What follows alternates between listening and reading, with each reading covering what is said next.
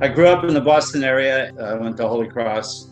I enrolled in the Peace Corps, and I was sent to the Western Pacific, to the district of Palau.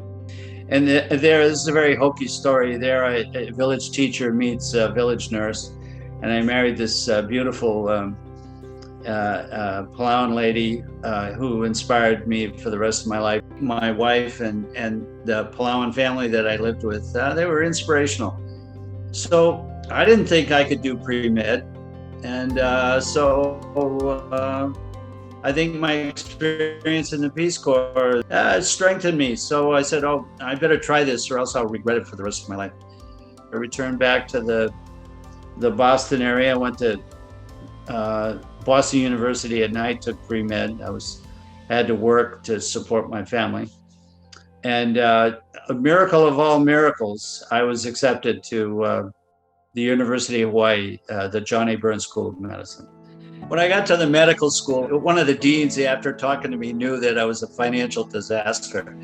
And so he said, well, there's this scholarship program provided by the National Health Service Corps. And, you've got to make a commitment to work in a physician shortage area.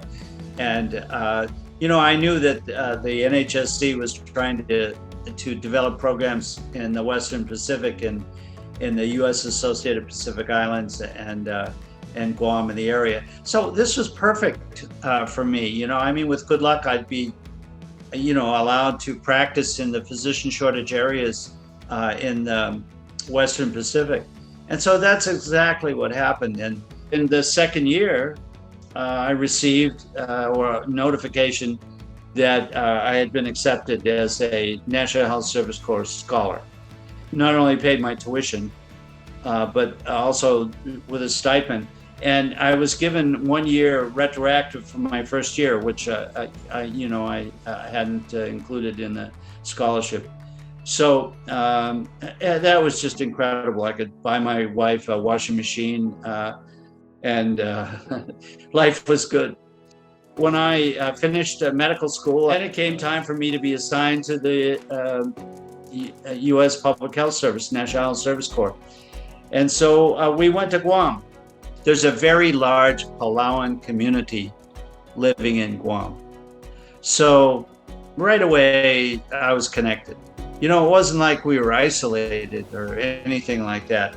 And I was welcomed open arm by the Chamorros, who are the natives of Guam.